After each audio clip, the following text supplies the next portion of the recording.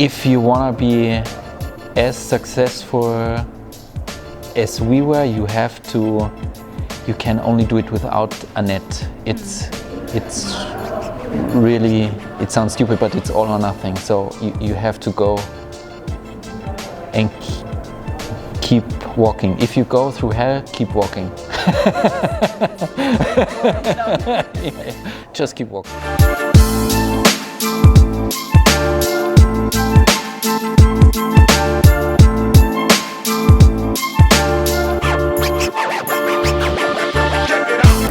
Hello and welcome to Faces of Munich, Inspiring Talks. Our goal with this show and this company is to introduce you to the leaders in their field and the ideas that will actually help you to execute on your own dreams. Our guest today is the Managing Director of givve. Patrick Löffler is bringing the threads together and he's leading the strategic orientation of the company through the ethos of benevolence. To keep his head cool, he goes surfing on the ice bar. You need to do that as a founder, says Patrick. Patrick, you started your company 10 years ago. Yeah. It's a long time. So I would like to know what made you build up the company, and could you tell us a little bit more about the person behind the company? The person behind the company, it's myself. I live in Munich for over 20 years. I have 2 children. They are 8 and 5, so they lived through the whole company time, which is complicated when you have children and you make a startup. But it's not me alone. As usual, it's a team behind it. As I read about you, you changed your company part from working from B2C to B2B. So who is your ideal customer now? I have a little story for this as well. We were and we are still sometimes naive, and pivoting from B2C to B2B was also super naive, because we thought, oh yeah, we just changed from B2C to B2B. But it's really a pivot. It changed the whole company, the people who we worked with, the customers, everybody. So a pivot is sometimes really necessary, and it was our only way out, because we were bankrupt again. We have been 2 or 3 times in our history. We ran out of money, and this was one of these times, and we saw our salvation in B2B, and the pivot was the right strategy. But this is yeah, you have to know that it's a big impact on a company. Because we are coming from B2C, also a customer who only buys one of our cards, which normally for B2B is not a lot, is a customer for us, because we have this B2C history and we are used to dealing with only one customer. So, and we have really customers, we have dentists, we have a lot of people in the health and social sector, like nurses or people who take care of elderly people at home. We also have large corporations like Hornbach. So we really have everything. What makes for you a good customer relationship? Because dealing with smaller companies that have different needs than largest companies, so you have a lot of... That's a myth. We have the same needs. Would you say it's a different customer relationship? It's always people you are dealing with. So for me, an ideal customer is somebody who is fair and friendly and who values also the good work we do. But we have over 14,000 B2B customers now, and over 450,000 card users. And in general, there's a Bavarian saying, how you shout out into the woods, it's how it comes back.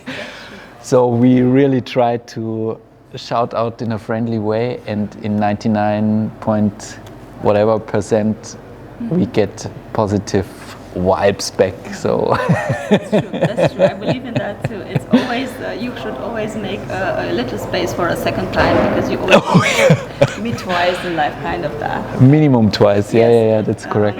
You are a very successful entrepreneur, and Thanks.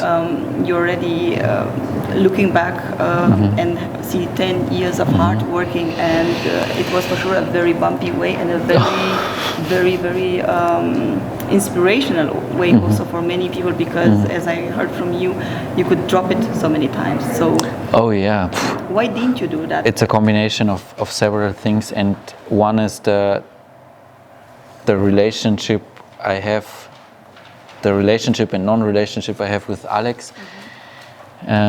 Always when I thought, oh come on, hey, it's more than stupid now, we need to drop it. Alex said, another 2 months, let's just look around the next corner, what's there. And once we reached this corner, and it was not the end of the rainbow again, and Alex was down, we were very lucky that I had some energy again. So it was this relationship.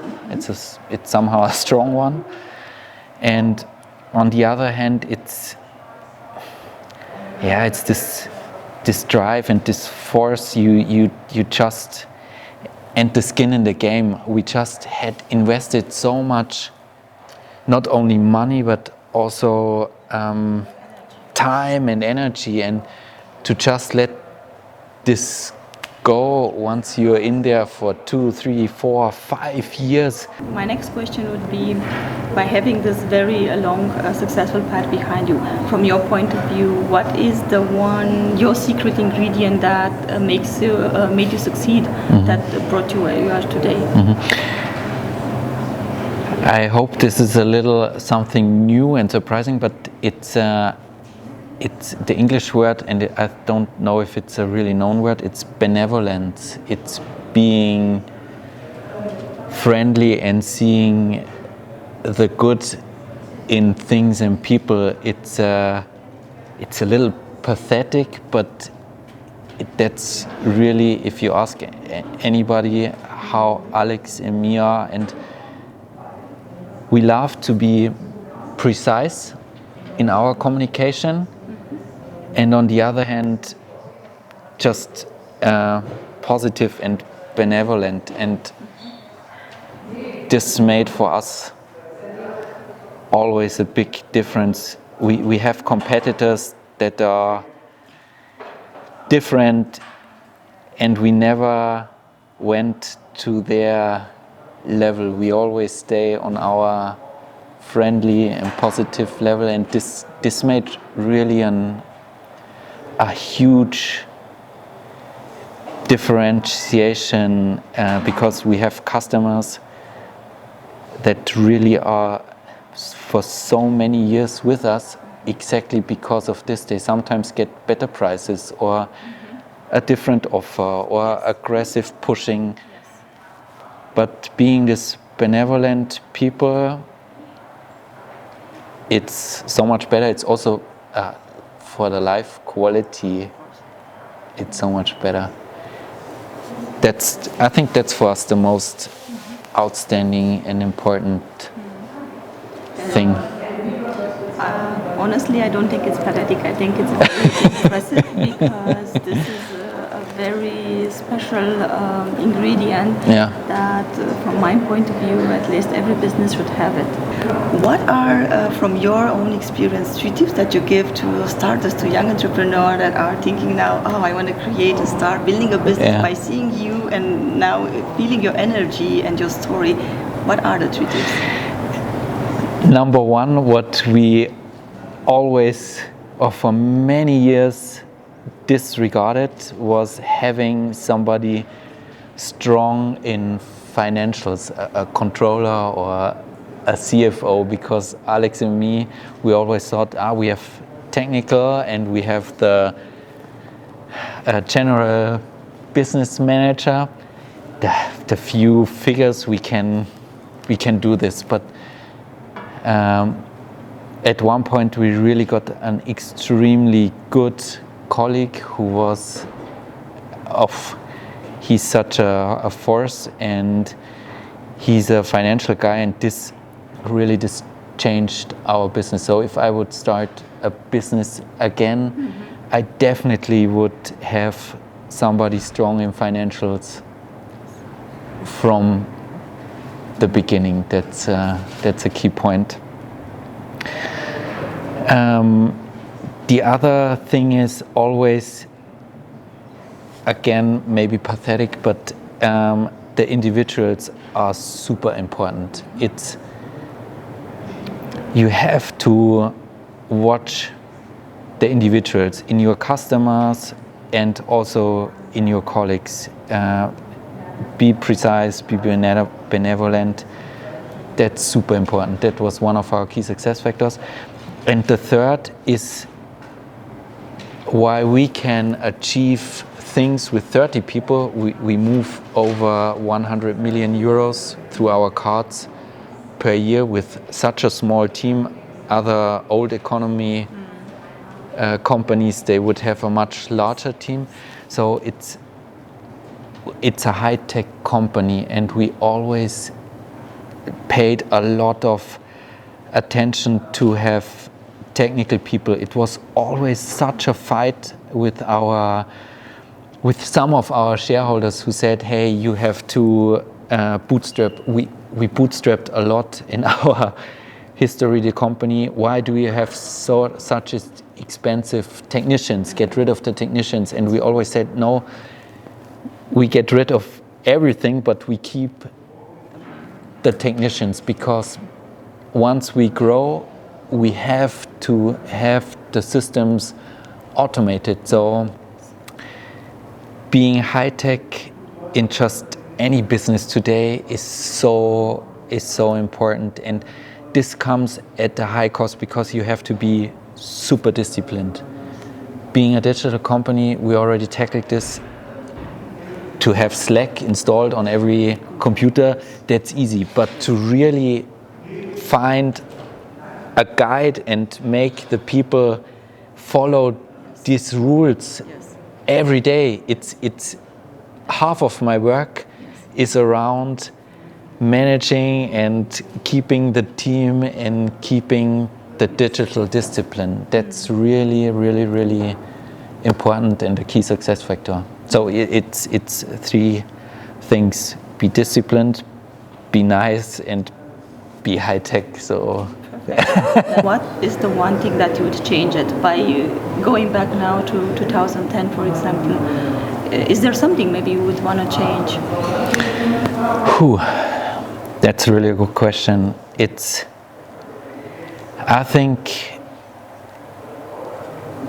no, because all the mistakes, and we made a lot of mistakes, we still make mistakes.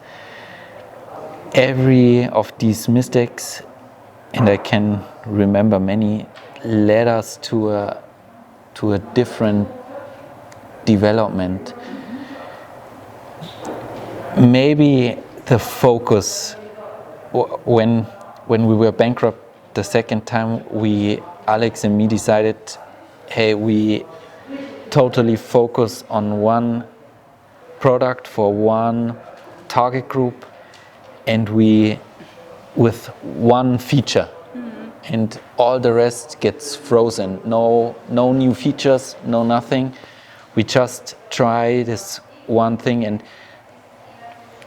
if we would have done this a year or two earlier, this would have been better. Once or twice, I personally didn't receive any money at the ATM anymore. This is something I don't want to ever again, especially if you have children. That was, and nobody understands anymore what you're doing. Yes. Your wife tells you, hey, what's going on, your family, your parents. And in the end, that's a funny thing, to make it a little more happy. Everybody then says, oh, I knew it. I knew it. I believed in you. Very impressive, because those those moments when you go to the ATM machine and you it's not because of you when you have family behind that you have the support and the stress and everything and you think, oh my God, how can I manage this? What should I take home now? Those moments. But they shape you. Yes. Yeah. Made you carry on and was a certain moment when you didn't believe you were gonna make it? Like really believing because you still went that way.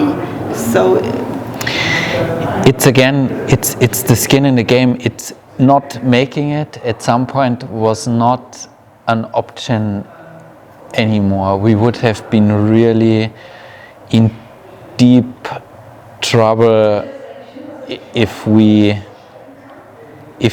wouldn't somehow find a way through it. So I see sometimes people who have a great idea and start something but stay in their old job to have some safety.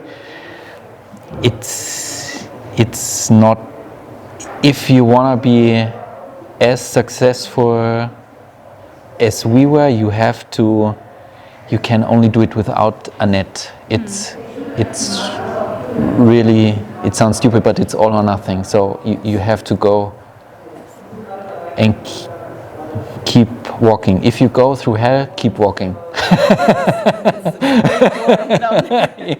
Just keep walking. I believe this is also the drive that differentiates you from other entrepreneurs who still have that net that you talk about. And it's very important also to believe in you and to know at the end of the street, at the road, I see the light. It's a very, very small light. Maybe imaginating it, but you see that, you have that feeling and that drive. And I really agree with you. And this is a very impressive moment, and I really thank you for sharing your story with us and for bringing so much passion and passion and also your insight from your path with us for other people who are starting now. It's very impressive to have you here today and to talk about you. Yeah, keep starting. It's the startups that really change our world and offer so many great things we can enjoy. So I encourage everyone, just go and try and keep doing it. And the one thing I said it, if you go through hell, just keep walking. You will get out there, I'm sure. Thank you very much, Patrick, for being here today, and it was a pleasure, as I said before. I'm very happy to have you here today. Thank you very much. For more inspirational stories,